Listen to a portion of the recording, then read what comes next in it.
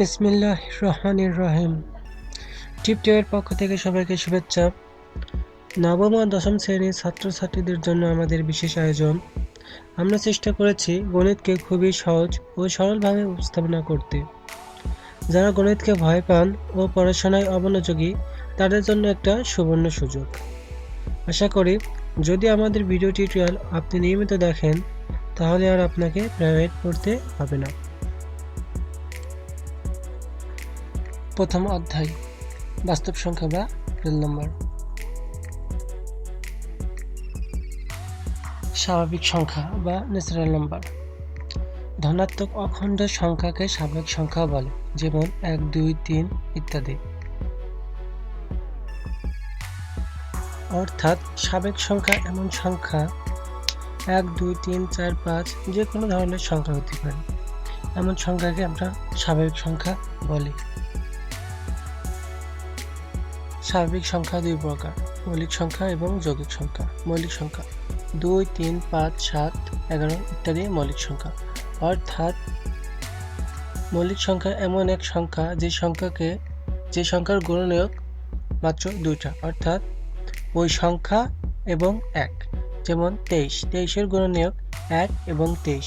27 এর গুণনীয়ক 1 এবং 27। যৌগিক সংখ্যা 4, 6, 8, 9, 10 ইত্যাদি যৌগিক সংখ্যা। অর্থাৎ যে সংখ্যার গুণনীয়ক 2 এর অধিক, অর্থাৎ 3 থেকে 1000 পর্যন্ত হতে পারে। যেমন 10 এর গুণনীয়ক 1, 2, 5, 10। 20 এর গুণনীয়ক 1, 2, 4, 5, 10 ইত্যাদি হতে পারে। এই ধরনের সংখ্যাকে আমরা সাধারণত যৌগিক সংখ্যা বলে থাকি। পূর্ণ সংখ্যা বা ইন্টিজার্স। শূন্য সহ সকল ধনাত্মক ও ঋণাত্মক অখণ্ড সংখ্যাসমূহকে পূর্ণ সংখ্যা বলে, যেমন -3, -2, -1, 0, 1, 2, 3 ইত্যাদি পূর্ণ সংখ্যা। অর্থাৎ যে সংখ্যার কোনো ভগ্নাংশ থাকে না ওই সংখ্যাকে আমরা পূর্ণ সংখ্যা বলি, যেমন 50, 60, 70 ইত্যাদি। এই সকল সংখ্যাকে আমরা পূর্ণ সংখ্যা বলি। ভগ্নাংশ সংখ্যা বা ফ্র্যাকশনাল নাম্বার। p, q পরস্পর সহমৌলিক। q not equal 0 এবং q not equal 1 হলে p/q আকারে সংখ্যাকে ভগ্নাংশ সংখ্যা বলে, যেমন 1/2, 5/2, -5/3 ইত্যাদি। এই সকল সংখ্যাকে আমরা ভগ্নাংশ সংখ্যা বা ফ্র্যাকশনাল নাম্বার বলে থাকি। ভগ্নাংশ দুই প্রকার। 1. প্রকৃত ভগ্নাংশ।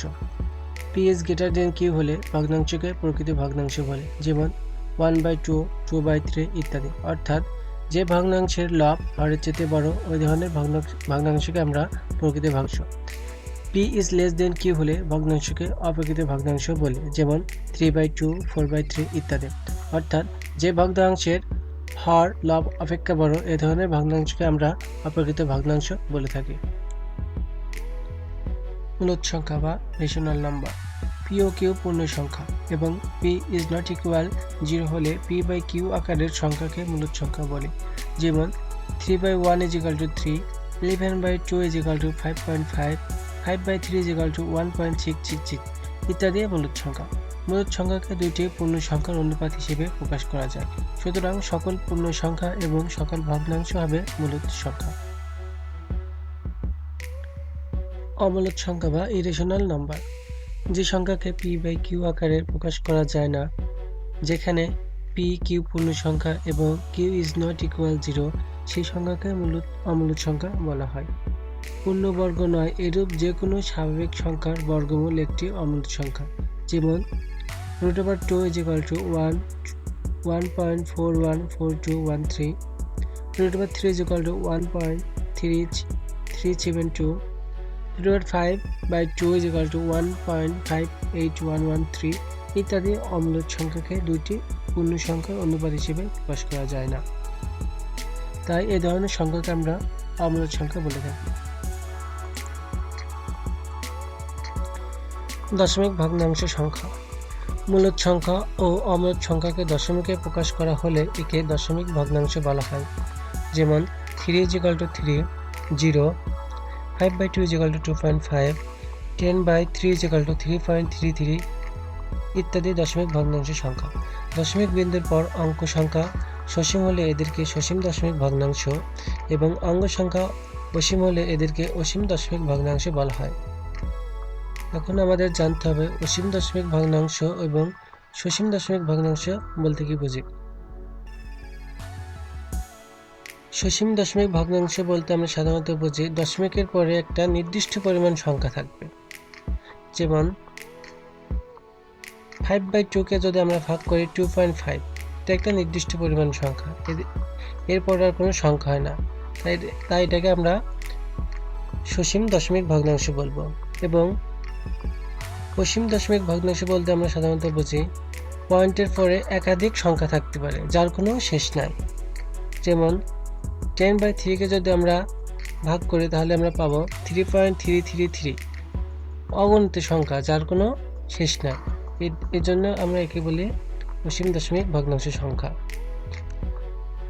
অসীম দশমিক ভগ্নাংশ সংখ্যা আবার দুই ধরনের হতে পারে, যেমন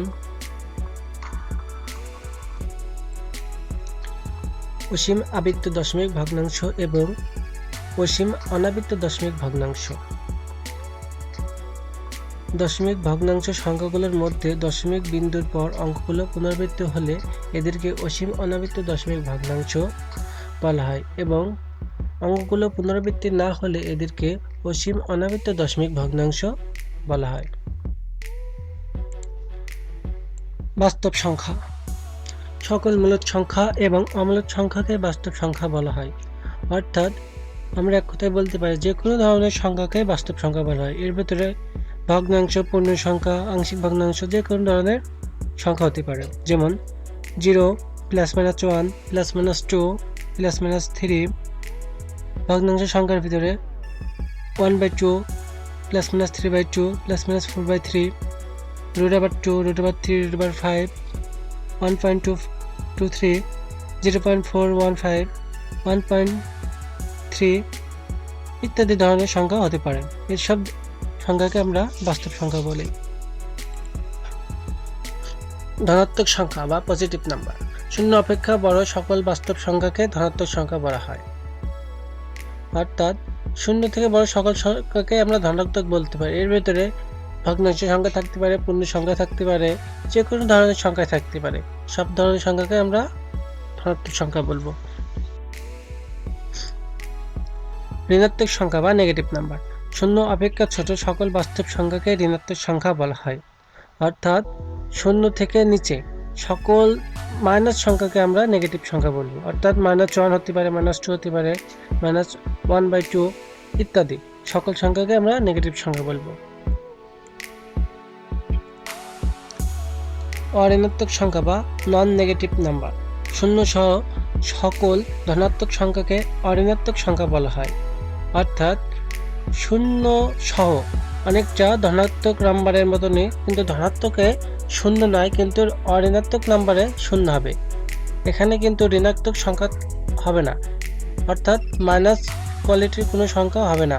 এখানে সবই ধনাত্মক সংখ্যা হবে, তবে এখানে এক্সট্রা শূন্য যোগ হবে। যেমন 0, 3, 1/2 ইত্যাদি অঋণাত্মক সংখ্যা। বাস্তব সংখ্যার শ্রেণীবিন্যাস। আমরা ইতিপূর্বে যা আলোচনা করছি তার একটি চিত্র এখানে দেওয়া হয়েছে, আশা করি আপনারা ভালোভাবে দেখবেন।